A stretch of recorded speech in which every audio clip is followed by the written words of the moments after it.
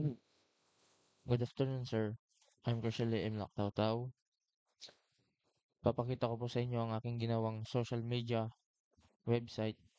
Ang ginawa ko pong social media website ay parang dating app lang po. Ito po ang kanyang login page. Kung kung dating may account ka na po dito sa website na po to, hindi mo na po kailangan pumunta sa sign up button. Kung bago ka pa lang naman po, pindutin mo lang sign up button and need mo lang po fill upan na kailangan fill upan po doon. Ako po kasi may dating account na po dito. Kaya fill upan po natin yung username and then password,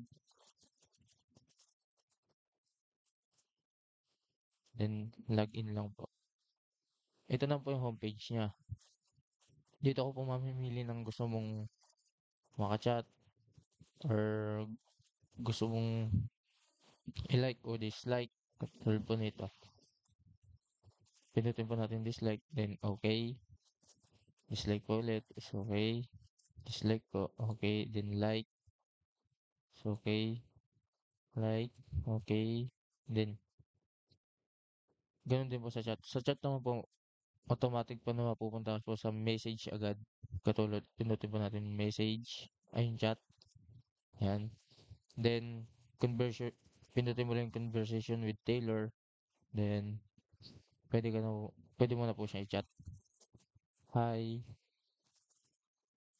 then send.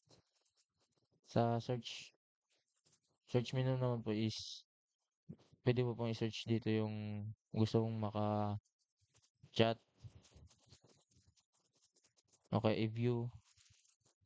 Yan po. Add to interested. Okay. Then view ulit and chat. Ganyan lang po, sir. Sa profile naman po, pwede mo po i-edit dito yung username, tas bio mo po. Pinutin mo lang po yung edit bio, and then palitan pa yung username,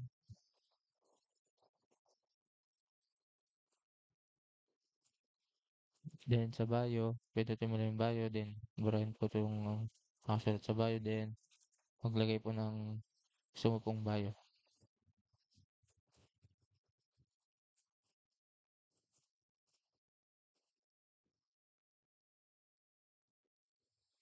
Yun po. Then, pwede mo pong palitan yung profile picture mo. Tapos, pwede mo na pong isang i-save and change. Kung gusto mo lang po mag-log out, pinutin mo lang po yung logout sa may bandang profile mo.